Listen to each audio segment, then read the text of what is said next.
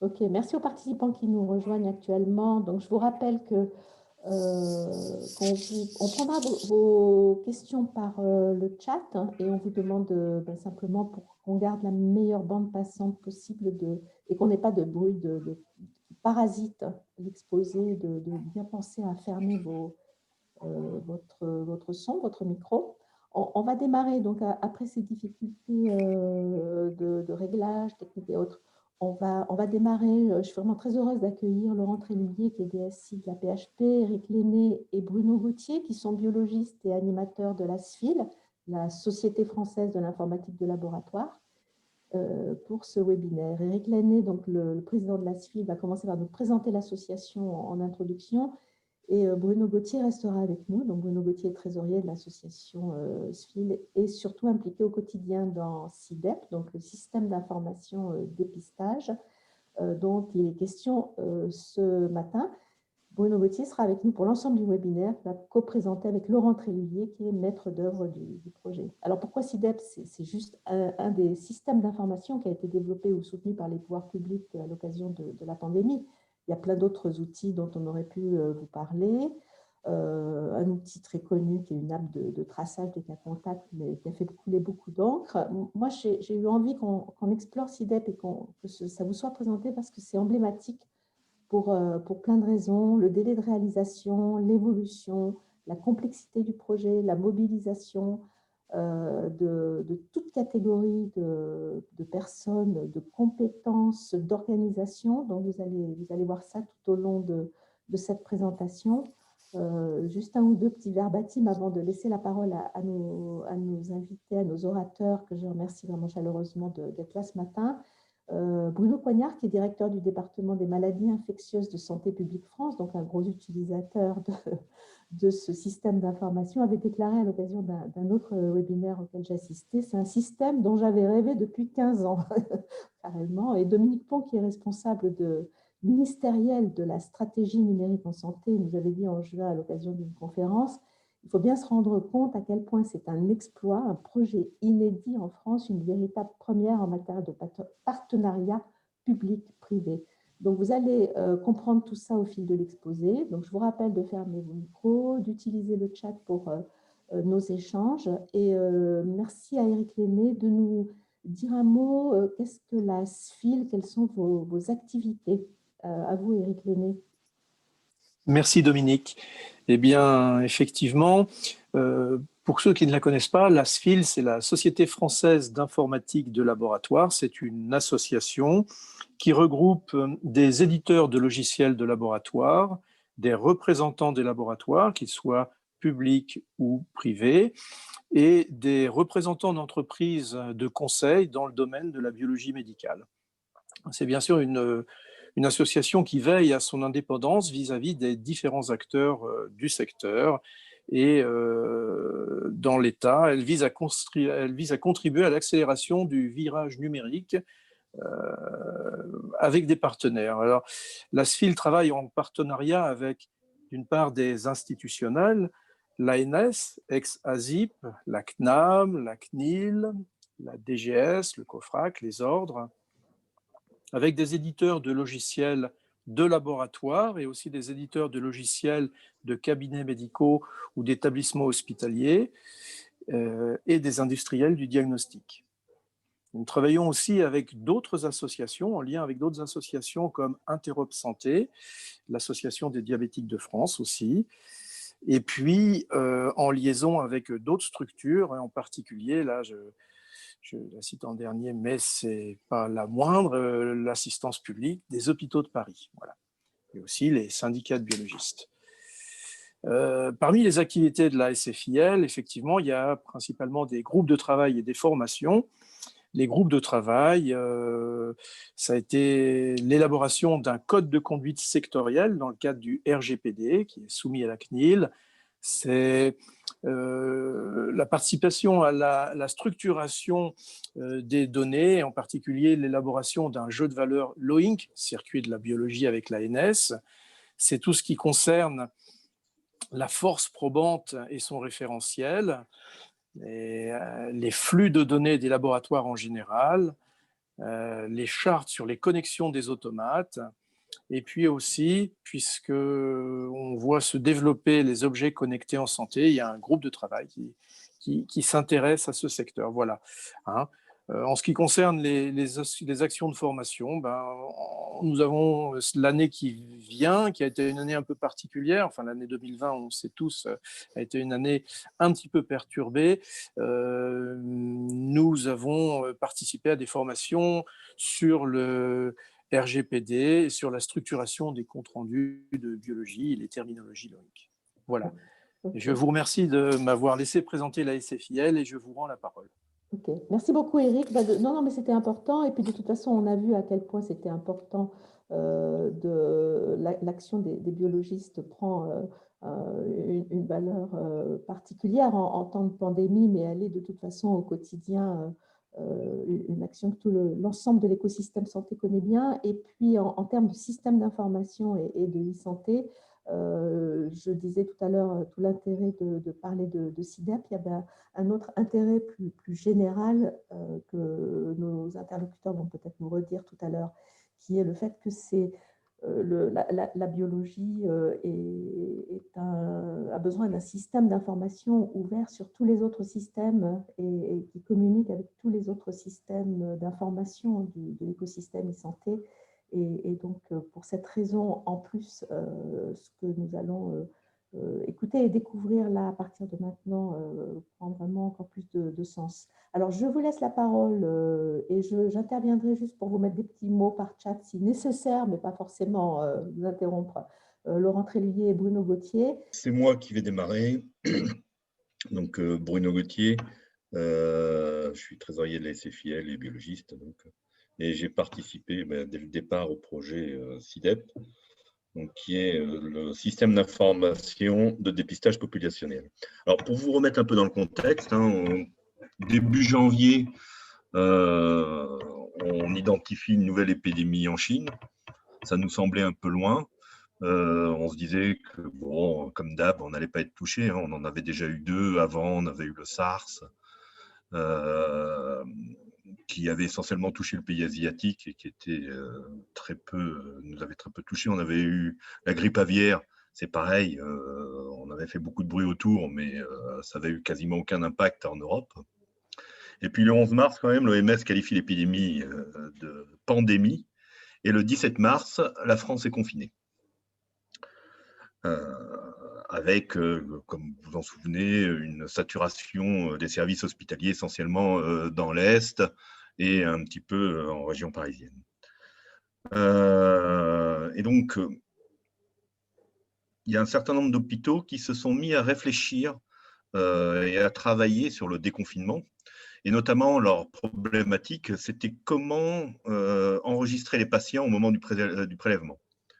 Et donc, ils se sont dit qu'ils pouvaient mettre en place un portail accessible à partir de n'importe quel outil pour enregistrer ces prélèvements. Puis, de fil en aiguille, en fait, on est arrivé à l'idée qu'un portail ne suffisait pas et qu'il fallait un concentrateur de données. Et c'est donc en avril, début avril, que la DGS, donc la Direction Générale de la Santé, retient la PHP comme maître d'œuvre dans le système d'information national de dépistage populationnel. Alors, ce système avait à l'époque 2 objectifs. C'était collecter l'ensemble des données de RT-PCR, donc pour le dépistage du SARS-CoV-2, et informer, notamment pour les plateformes MGI, informer les médecins et les patients lorsque le dépistage était positif. Alors, ce qu'il faut bien se rendre compte, c'est que, je reviens sur ce que disait Dominique tout à l'heure, c'est qu'un tel système, SPF en rêvait, les biologistes en rêvent depuis plusieurs années, et il fallait qu'il soit mis en place pour le déconfinement, ce qui était un vrai défi. On avait un tout petit peu plus d'1 mois pour mettre en place un concentrateur national qui collecte l'ensemble des examens réalisés par les laboratoires de ville et hospitaliers et qui puisse aider la CNAM dans le contact tracing. Donc, ça a mobilisé un nombre d'acteurs, plusieurs centaines de personnes. On reviendra sur les différents intervenants, mais il a fallu plusieurs centaines de personnes pour mettre au point ce système, et c'était un vrai défi technique, mais c'était aussi un défi juridique qu'il ne faut pas oublier. On a réussi en un temps record à mettre en place un système unique. J'ai été très content de participer à cette aventure et de continuer à participer à cette aventure. Alors, on va aller sur la diapositive suivante. Voilà, comment fonctionne SIDEP? Alors, le principe, c'est que SIDEP, c'est un concentrateur de données, donc qui est alimenté par les laboratoires privés via un collecteur. Alors, on pourra revenir sur ce collecteur, hein, mais c'était pour des problèmes d'interopérabilité qu'on a mis en place ce collecteur. SIDEP est également alimenté par les laboratoires des établissements publics qui ont des plateformes MGI et ORMGI, et beaucoup plus récemment par les médecins, les pharmaciens, les infirmiers et tous les autres professionnels de santé qui réalisent des TROD. Donc, les TROD, c'est des examens rapides de dépistage antigéniques qui permettent de rendre un résultat en moins d'une demi-heure. Ce concentrateur va permettre de déclencher le contact tracing le plus rapidement possible. Donc, l'assurance maladie va être informée des cas positifs. Les médecins et les patients vont être également informés en cas de positivité de leur test. L'ARS également va pouvoir appuyer le contact tracing. Alors, on parle d'enquête sanitaire de premier, deuxième et troisième niveau. En fait, les enquêtes sanitaires de premier niveau, c'est le médecin traitant qui la réalise et qui collecte auprès des patients les premiers, la famille et les contacts proches. L'assurance maladie travaille, elle, sur l'ensemble des contacts après avoir téléphoné au patient. Et l'ARS, elle, sur ses enquêtes sanitaires de troisième niveau, c'est plutôt elle gère tout ce qui est cluster au niveau des établissements collectifs. Donc, ces trois acteurs, eux, ont des données nominatives. Par contre, après, on a un acteur important qui est Santé publique France, qui délivre tous les jours un certain nombre d'indicateurs qui sont utilisés par la cellule de crise, par la DGS pour communiquer. Donc, tous les chiffres que vous avez tous les jours viennent de Santé publique France. Par contre, Santé publique France, elle, travaille que sur des données déidentifiées, tout comme l'adresse, qui également sont un certain nombre d'indicateurs. Et on a également, et ces données sont également déversées de manière déidentifiée dans le Health Data Hub. Ce qu'il faut comprendre, hein, c'est que les données avant SIDEP étaient également transmises à Santé publique France, aux ARS et à l'assurance maladie, mais c'était très, très compliqué. En fait, vous aviez chaque ARS qui demandait au laboratoire de transmettre les informatifs à des formats différents, sur des structures de fichiers différentes. Et dans une même ARS, vous aviez des fois plusieurs services qui vous demandaient la même chose, voire des choses différentes. Et on avait également l'adresse qui nous demandait un certain nombre d'informations pour que Santé publique France puisse faire ses tableaux de bord et ses indicateurs. Et donc, pour Santé publique France, c'était extrêmement compliqué de croiser l'ensemble des informations qui remontaient des ARS et des laboratoires. Ce qui fait que SIDEP a facilité le déconfinement en permettant une collecte en temps réel des données et surtout son exploitation aussi en temps réel. Donc, on va passer à la diapositive 4. Alors, c'est ce qu'on disait initialement, hein, le projet SIDEP, c'était un projet collaboratif d'ampleur nationale et qui repose sur un partenariat très fort entre bien sûr le ministère de la Solidarité et de la Santé, qui est le responsable de traitement, la PHP, qui est le maître d'œuvre, mais également Santé publique France, donc, qui a donné, en fait, qui a travaillé tout au long du projet pour indiquer quel type de données elle avait besoin, sur quel type de format, pour pouvoir produire ces indicateurs. Et on a aussi l'ensemble des acteurs du monde de la biologie qui se sont mobilisés de manière très très forte.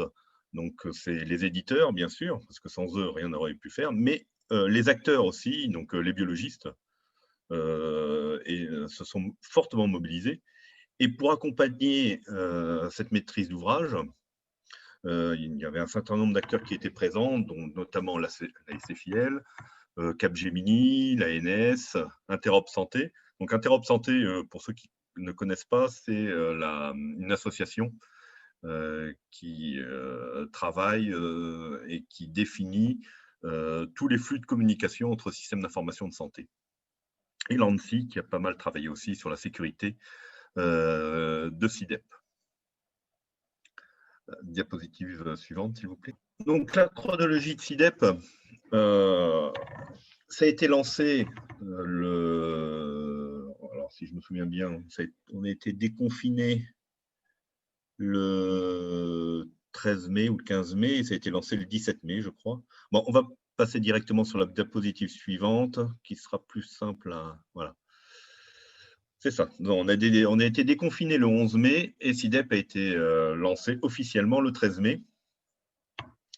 Donc, au 13 mai, on avait une plateforme nationale connectée à peu près un peu plus de 500 sites, privés et environ 300 sites publics. Et on collectait là, à cette époque-là que les examens de RT-PCR. Très vite, les besoins ont évolué et on a fait évoluer le cahier des charges pour pouvoir collecter les examens de sérologie. Donc ça a été lancé le 21 juin. Et puis on s'est aperçu, là aussi, au fur et à mesure de l'exploitation des données qui étaient incluses dans SIDEP, qu'on avait un petit souci, c'est qu'on n'avait pas imposé.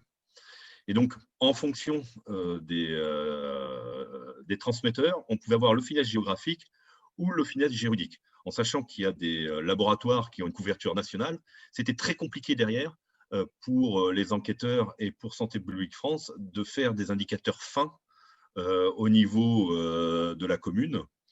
Et donc, on a fait évoluer le cahier des charges en imposant la mise en place la transmission du finesse géographique. On a rajouté un code pays, on a rajouté quelques informations sur la résidence secondaire ou pas. On a également... vous pouvez revenir sur la diapositive, s'il vous plaît? Ouais, merci. On a également inclus tous les tests rapides diagnostiques, les tests salivaires et tous les autres virus qui pouvaient donner potentiellement des infections respiratoires. Donc, ce SIDEP 3 a été lancé début novembre. Et en même temps, l'infrastructure a été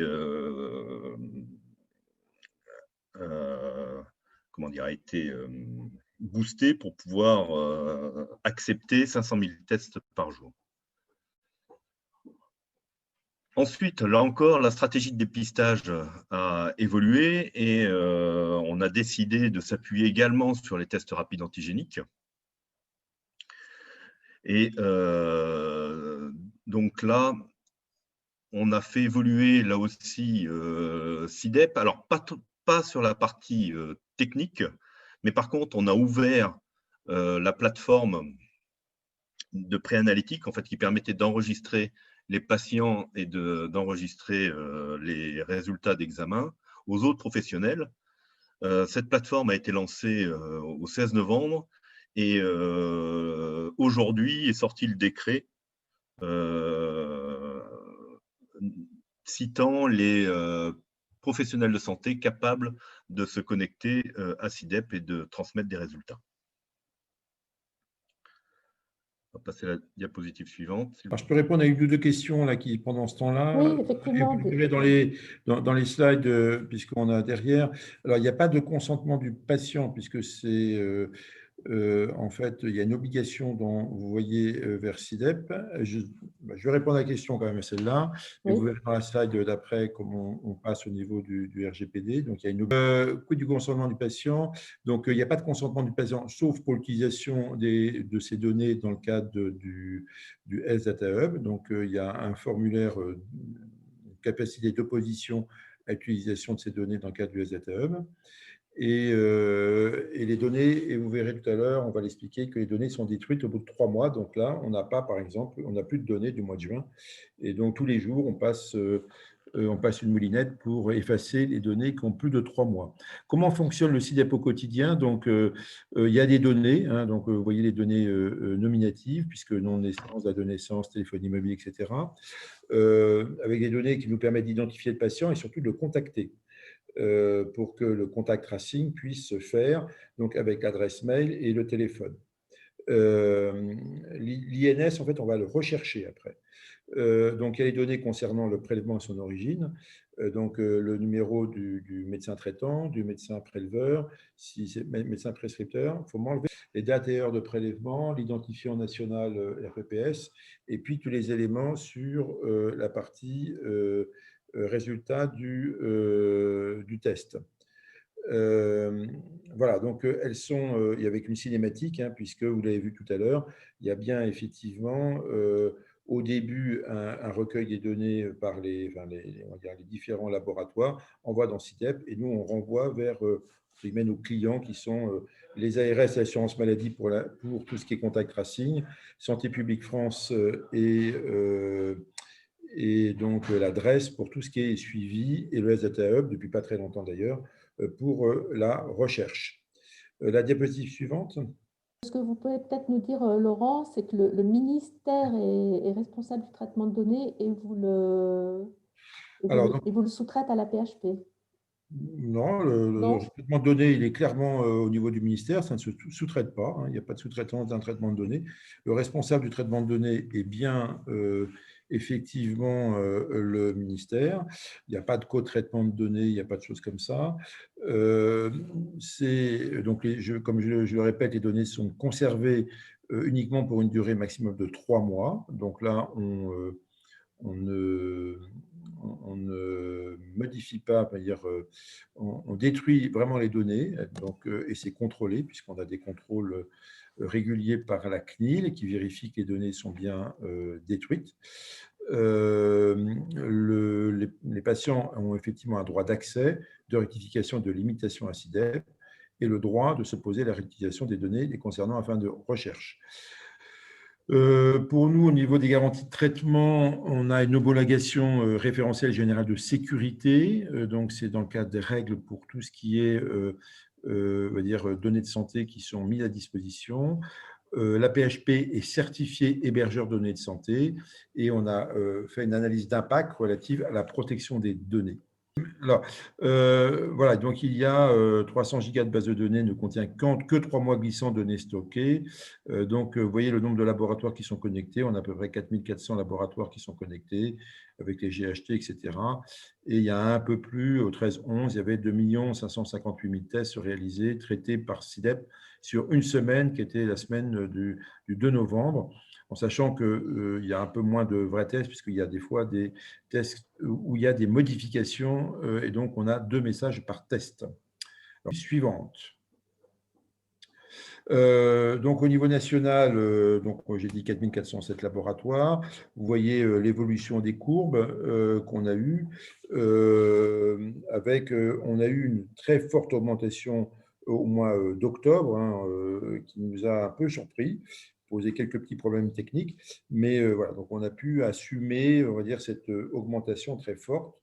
Et depuis maintenant 15 jours, 3 semaines, on a de nouveau une baisse au niveau des tests et du nombre de tests au niveau national.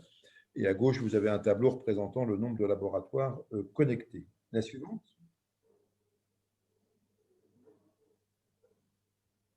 Les indicateurs, donc ça, c'est plutôt nos clients, hein. Ça permet effectivement d'avoir différents indicateurs, donc pour santé publique et pour l'adresse. Donc, tous les soirs, vous avez le chiffre du nombre de tests et de tests positifs qui sont inclus, qui ont été inclus la veille dans SIDEP.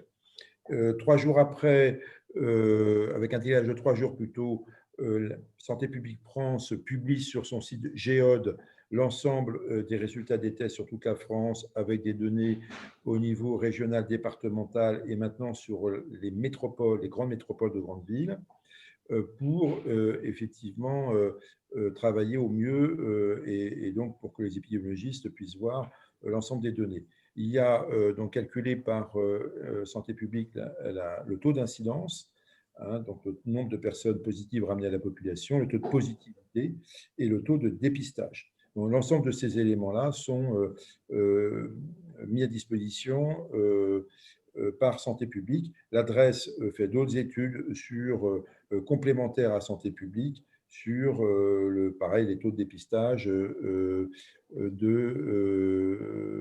avec les chiffres de SIDEP. Il y avait une question sur la d'identification. On est à la norme IRIS, hein, donc, qui est la norme communément admise dans les envois pour anonymiser les données au niveau pour Santé publique France et l'adresse. Voilà. La suivante. Donc, ça accompagne maintenant le déploiement des tests sérologiques antigéniques, hein, dépistage. Donc, voilà, on transmet les résultats au plus vite. Nous, on a des temps de transmission des résultats qui est rapide, hein, une fois qu'elles ont été envoyées par les laboratoires. Il faut savoir que donc systématiquement, tous les patients positifs, ça n'a peut-être pas été dit en amont, tous les patients positifs reçoivent une confirmation que leur test est bien positif. Ça vient en plus du circuit habituel des laboratoires. Donc, ce n'est pas un compte-rendu de résultat, c'est une information complémentaire où on indique « vous êtes positif, voilà les précautions à prendre » et que vous allez être contacté par l'assurance maladie. Et la dernière chose, sur cet envoi, il y a le QR code qui permet aux gens qui ont téléchargé tous anti-Covid de se déclarer positifs et donc de permettre à leur contact de prendre les précautions nécessaires. Donc ça, c'est effectivement un élément important. Ça accompagne effectivement l'ensemble des décisions, enfin, c'est un des éléments qui permet au gouvernement de prendre ces décisions et de voir l'évolution de l'épidémie et prendre les décisions donc, politiques autour du confinement, déconfinement. C'est un travail qui a été fait, effectivement, comme le rappelait Bruno, dans un temps extrêmement court, un projet qui a été un peu fou, hein, dans l'histoire. Au départ, on n'était absolument pas sûr de réussir, dans des délais extrêmement contraints. Ça mobilisait plus d'une centaine de personnes, 120 personnes au moment du pic, c'est-à-dire au mois d'avril. Là, on maintient une équipe entre une trentaine de personnes, pour gérer le maintien en conditions opérationnelles, ce qu'on appelle le MCO de cette plateforme, faire en sorte qu'elle marche, s'adresser aux flux, voilà, de bien maintenir l'ensemble des flux. On a des éléments de suivi extrêmement important au niveau de la qualité des données aussi, puisqu'on indique à chaque laboratoire la qualité de ces données. Et quand il manque des données, ça nous arrive, par exemple, des laboratoires qui n'envoient pas les dates de naissance ou qui n'envoient pas les mails ou les numéros de téléphone, on leur envoie une information en disant, voilà, il vous manque telle ou telle donnée dans l'envoi des dossiers que vous avez. On a une qualité des données qui est maintenant aux alentours de 95-96%, ce qui est un excellent taux. Et donc, ça a un maintien d'une équipe au niveau de la PHP sur et pour gérer les différentes évolutions. Donc, Bruno l'a rappelé, on l'a mis en place donc la semaine, il y a 10 jours, les tests antigéniques pour les pharmaciens et les médecins libéraux et les infirmiers qu'on vient d'étendre maintenant aux chirurgiens dentistes, sages-femmes et masseurs kinés. Donc voilà, donc on maintient tout ça. Merci à tous. Et c'était de dire que les prochaines étapes, c'est les quelques jours avant Noël, puisque on nous demande éventuellement, puisqu'il y a certains épidémiologistes qui nous demandent de le faire, qui demandent aux Français de le faire, de faire des tests antigéniques avant d'aller réveillonner. Et donc là, on s'attend éventuellement à un pic et de tests PCR et de tests antigéniques avant le réveillon, et peut-être aussi d'avoir des tests antigéniques sous votre sapin. Et donc, on se prépare aussi pour le 25 avec tous les gens qui feront leur test antigénique après le réveillon. Il vaut mieux le faire avant. Enfin bon, s'ils l'ont le 24 au soir, ils pourront faire leur test pour le 25. Voilà.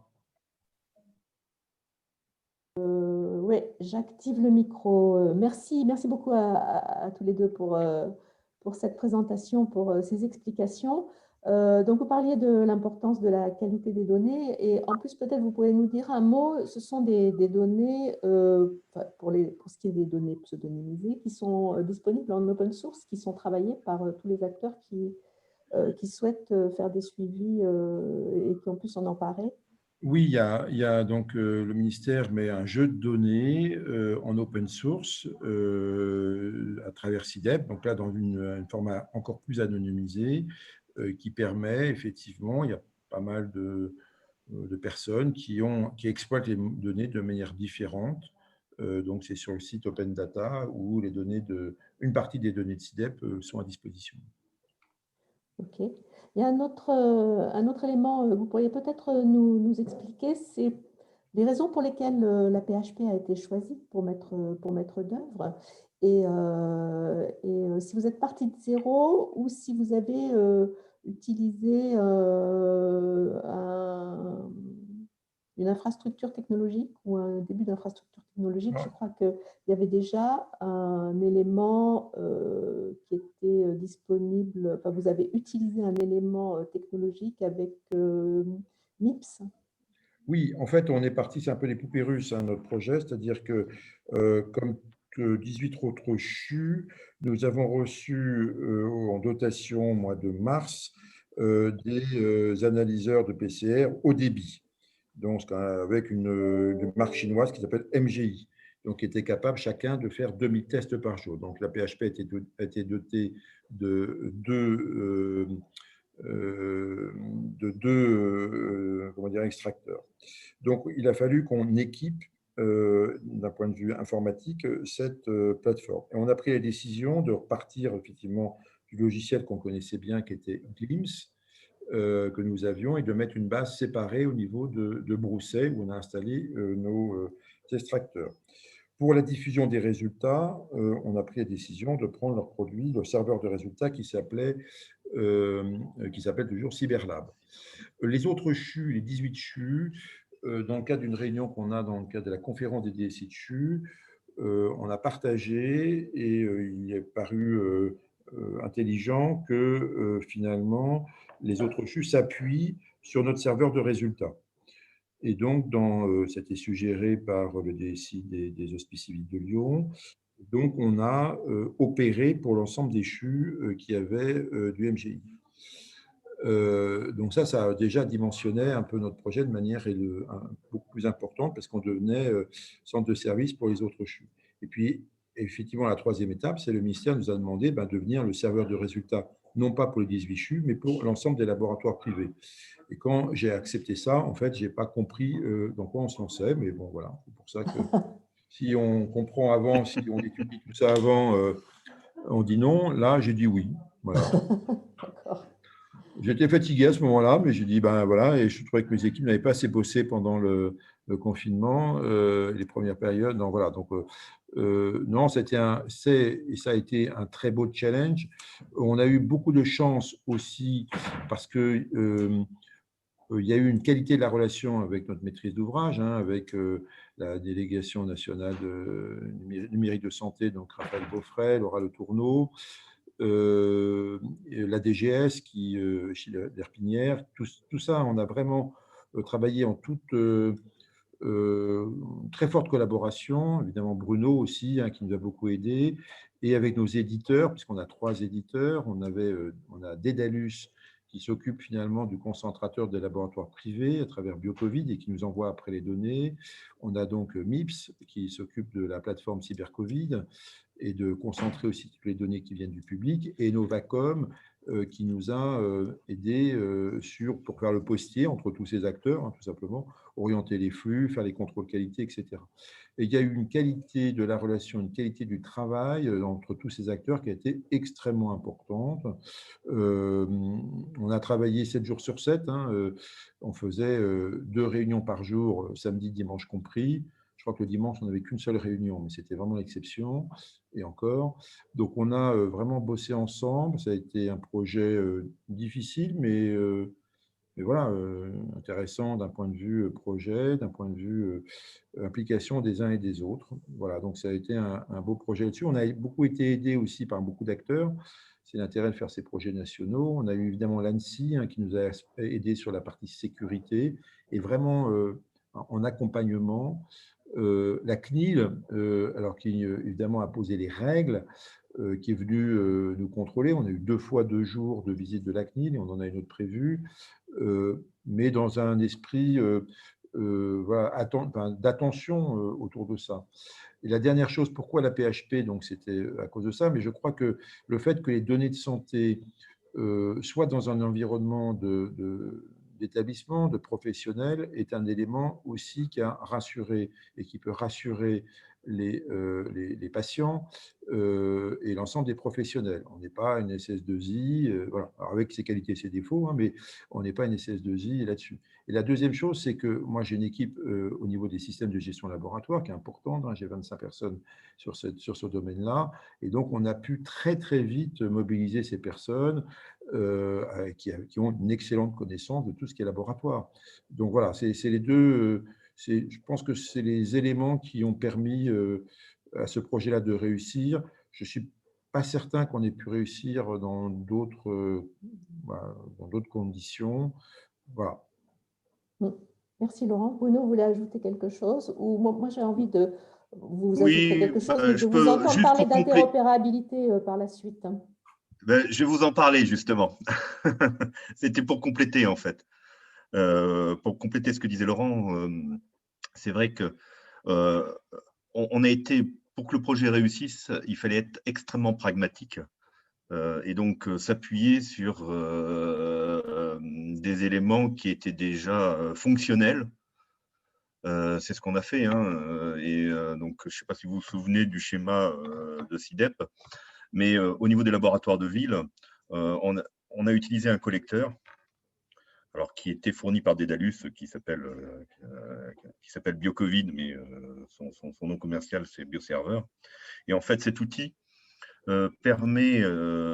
accepte tout type de format de communication. Donc, c'est ce qui a permis très facilement de déployer l'ensemble des laboratoires. Et ce qui facilitait également la mise en œuvre au niveau de CIDEP, parce qu'il n'y avait qu'un seul flux qui est arrivé de BioCovid vers Cyberlab. Donc, ce qui était beaucoup plus simple aussi pour eux, parce qu'il ne faut pas oublier quand même qu'il y avait à peu près 500 sites à connecter en un temps assez record. Donc, il fallait faire simple. Et on a fait simple, et vous voyez, ça marche. Ça marche même très, très bien. Et c'est grâce à la simplicité et surtout aussi à la mobilisation de tout le monde. Parce que l'ensemble des acteurs s'est mobilisé, comme le disait Laurent, 7 jours sur 7. En tout cas, au départ. Sur la partie interopérabilité, Bruno était à la manœuvre, hein, puisque effectivement, nous, on devait s'appuyer sur une norme qui a été rendue opposable. Et donc, la norme a été définie de manière effectivement très pragmatique. Elle a évolué, hein, quand on a rajouté des tests, elle a évidemment évolué. Donc, voilà, donc c'était une des premières fois où finalement, le ministère a rendu opposable des normes, une norme voilà, qui a été définie collectivement et qui a été ajustée dans le temps, parce qu'il y a eu des fois des ajustements on a supprimé par exemple l'INSC pour remplacer par l'INS au début de la norme et entre le début et du projet et le milieu du projet. Tout à l'heure, Bruno rappelait l'histoire du filage géographique et autres. Donc, on a fait évoluer, et puis les nouveaux tests, hein, donc on a fait évoluer, je crois, 3 ou 4 fois la norme, c'est ça, Bruno 4 fois, oui. 4 fois, donc voilà, donc c'est bon, c'est une chose qu'on ne fait jamais, mais en temps si court. Voilà, donc ça a été une très grande là-dessus. Alors, vraiment, donc, je ne sais pas si la notion d'interopérabilité, c'est, je ne sais pas toujours ce que ça veut dire, mais en tout cas là, on s'appuie quand même aussi dans un domaine de la biologie qui est relativement normé. Bon, on a deux normes, HL7 et H'. Et on s'appuie là-dessus, on a défini les champs, ça n'a pas toujours été simple, mais tout le monde y est allé et on a surtout essayé de ne pas mettre des champs inutiles. Il y a eu un gros travail de la maîtrise d'ouvrage pour limiter les demandes, par exemple de SPF ou de l'adresse, qui évidemment auraient voulu encore plus de renseignements, mais d'abord les laboratoires ne les auraient pas remplis, parce que ça leur aurait pris beaucoup de temps, et deuxièmement, nous, ça complexifiait fortement le traitement. Donc voilà, je pense que ça a été là-dessus et sur cette notion d'interopérabilité. Je pense que la leçon aussi, c'est de se dire quand on définit collectivement une norme et qu'on la rend opposable de manière réglementaire, les gens s'alignent et puis on y va, quoi. Merci. Il y a un sujet qui est remonté il y a quelques semaines au moment de l'élargissement de l'accès à CIDEP à d'autres professionnels de santé, dont on parlait du décret qui le rend possible. Il y a eu des difficultés, d'après ce que j'ai pu entendre ou lire, d'accès en raison de l'usage de la ICPS pour s'authentifier auprès de CIDEP. Vous pouvez nous éclairer sur ces sujets-là? Oui, l'idée c'est pour se connecter, évidemment, on ne voulait pas que n'importe qui rentre un test antigénique, donc il fallait être certain que ce soit des professionnels de santé. Le moyen d'authentification qui nous semblait le plus pertinent, c'est la carte professionnelle de santé. Alors, la carte professionnelle de santé dans les pharmacies ou chez le médecin, des fois, elle est dans son lecteur, elle n'est pas forcément disponible. Donc, il a fallu mettre en place ProSanté Connect, donc la ICPS, qui n'avait jamais été diffusée avant, hein, donc c'est une première. Alors, il faut que quand même le pharmacien ou le médecin se connecte une fois avec sa carte CPS sur un lecteur de carte pour pouvoir être inclus dans ProSanté Connect. Après, il utilise le système ProSanté Connect pour se connecter derrière. Il y a eu des difficultés avec deux éditeurs de logiciels, en particulier sur la pharmacie. Bon, il y a raison technique. Il y a eu un travail avec ces éditeurs-là. Ça s'est résolu. Il nous a fallu quelques jours pour résoudre tout ça. On a eu aussi les 2-3 premiers jours, nous, des sujets techniques. Ça s'appelle une erreur 404. Bon, encore une fois, quand on lance un nouveau système, ça peut arriver. Là, on a résolu maintenant tous les sujets techniques de connexion. Donc, les pharmaciens, médecins, infirmiers, puis maintenant sages-femmes et autres peuvent se connecter et on n'a plus de sujets sur les sujets de connexion. On a des sujets sur les gens qui ne trouvent plus leur carte CPS, qui ont des problèmes de compte. Donc, on a mis en place une hotline. Donc là, qu'on a sous-traité à Intermutuelle Assistance, hein, qui travaille pour nous et qui répond donc aux professionnels de santé, pharmaciens, médecins, infirmiers, et qui résout 80% des problèmes. Et nous, on a un support N2 au cas, nous, l'Agence numérique de santé pour la partie carte, qui permet de réagir très rapidement aux demandes ou aux interrogations des professionnels qui doivent effectivement se connecter à CIDEP. Donc, voilà, nouveau système. On a eu une semaine, 8 jours, on va dire, d'un peu d'ajustement technique. Là, maintenant, c'est redevenu complètement fluide. Alors, moi, sur la partie blockchain, je ne vais pas répondre parce que c'est des sujets qu'on peut avoir de manière, ces discussions techniques. Je ne suis pas sûr que ça soit adapté, en tout cas, dans le cas présent. Voilà, on voulait démarrer vite, donc de faire quelque chose de plutôt connu, en tout cas par nos éditeurs. Voilà, on n'avait pas le temps d'imaginer un autre système. Après, voilà, blockchain et autres, il y a évidemment des évolutions à faire et à voir. Il faut aussi comprendre que la santé et la e-santé Voilà, on n'a pas toujours des éditeurs, on n'est pas dans l'innovation, hein, donc voilà, on est quand même sur des technologies des fois un peu anciennes, donc oui, pour le faire évoluer, mais ça demande un peu de temps. Je ne vais pas répondre sur les faux négatifs concernant les drones antigéniques. Là, on n'est pas dans le système d'information, hein, pardon. Oui, Voilà, là, on est dans le… euh, oui, il y a des faux négatifs dans les PCR, il y a des faux négatifs dans les TROD. Alors, ça dépend des marques de trolls. Il y a une étude qui a été faite à la PHP qui montre que c'est pas en fonction des différents fabricants, des fournisseurs, on n'a pas le même taux. Il y a eu un rappel, je crois, récemment de la DGS sur ce fait-là auprès des pharmaciens. Voilà, je pense que c'est pas. Voilà, nous, on n'est pas là pour juger, et en tant qu'APHP et autres, pour juger de ce problème, de ce sujet-là. Ce n'est pas notre sujet. Nous, on remonte les données. Voilà. Oui, mais ce n'était pas, c'était pas le périmètre de ce webinaire, de toute Oui, façon. oui, non, non, mais je réponds. Oui, Voilà, oui, mais vous avez… Mais c'est on n'est gentil, pas merci. dans le. Oui, oui. Non, mais Euh, j'ai pas de là-dessus, mais la réponse, elle est pour moi en tout cas, difficile parce que c'est pas l'objet ni du séminaire ni du système d'information. oui, oui. Je ne sais pas si Bruno peut compléter. Non, Peut-être mais une… je rentrerai pas dans la polémique, hein. Là, on est sur le système d'information, on n'est pas sur la stratégie de dépistage. On n'est pas là pour discuter de la stratégie de dépistage. Donc, Voilà. J'ai une dernière question avant de vous rendre votre liberté, de vous laisser retourner à vos activités. Sur la pérennisation, quand vous vous projetez à moyen terme avec ce qui a été construit, vous allez, imaginons demain, la pandémie s'arrête, on est très heureux tous, on retourne au resto, etc. Vous fermez le système d'information ou bien vous l'utilisez dans d'autres avec la même infrastructure, etc., elle va vous servir à moyen, à long terme à faire d'autres choses?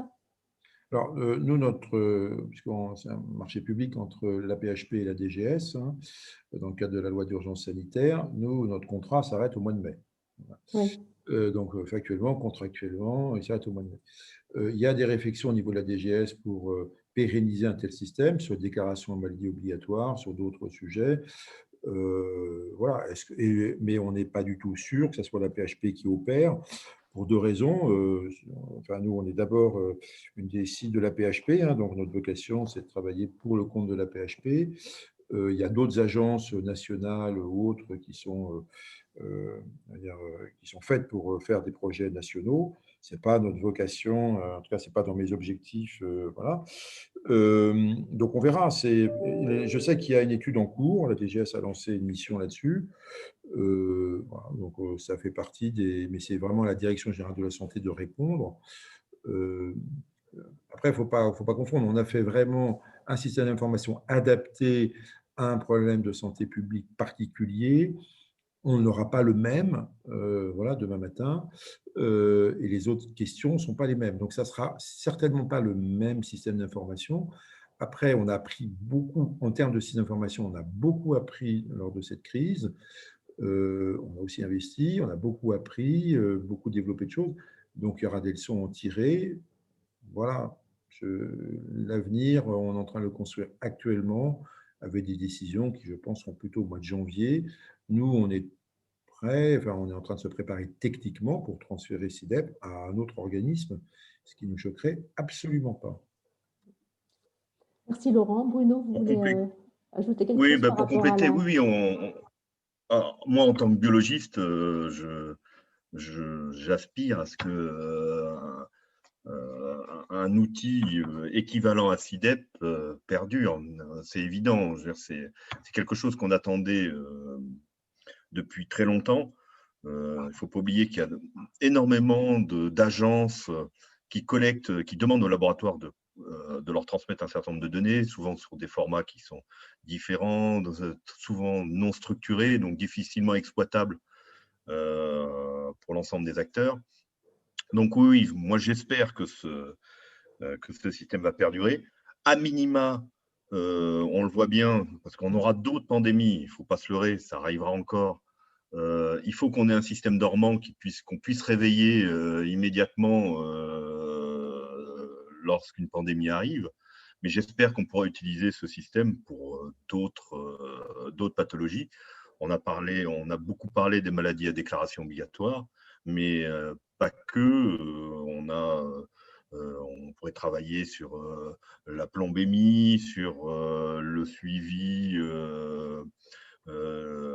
du dépistage du cancer du col de l'utérus, sur le dépistage du cancer colorectal. Bon, il y a plein de sujets. Après, bien sûr, il faudra les prioriser. Et pour terminer, c'est certain qu'on ne sera pas sur le modèle de CIDEP actuel, notamment au niveau des flux de communication, parce que comme l'a très bien dit Laurent, on s'est appuyé vraiment sur des systèmes qui existent. Donc, on a été pragmatique, on ne s'est pas posé de questions et on a fait au plus rapide et au plus simple. Là, le système qui perdurera devra être en accord avec le cadre d'interopérabilité. Et donc, c'est-à-dire c'est de la transmission, alors soit par MSS, soit par d'autres flux sécurisés, et sur un format structuré de type CDR de niveau 3. Donc, on ne sera pas du tout dans le même modèle. Ok, très bien. Et écoutez, merci encore à vous tous pour toutes ces explications. J'ai oublié de vous demander en amont, on peut transmettre vos diapos, diffuser à la fois sur dans le MOOC Ouais, alors et je les cet mettrai, enregistrement. Dominique, je vais les renvoyer en format PDF. D'accord, alors on attend votre version Ouais. PDF et puis, Voilà. et puis on continue à vous suivre.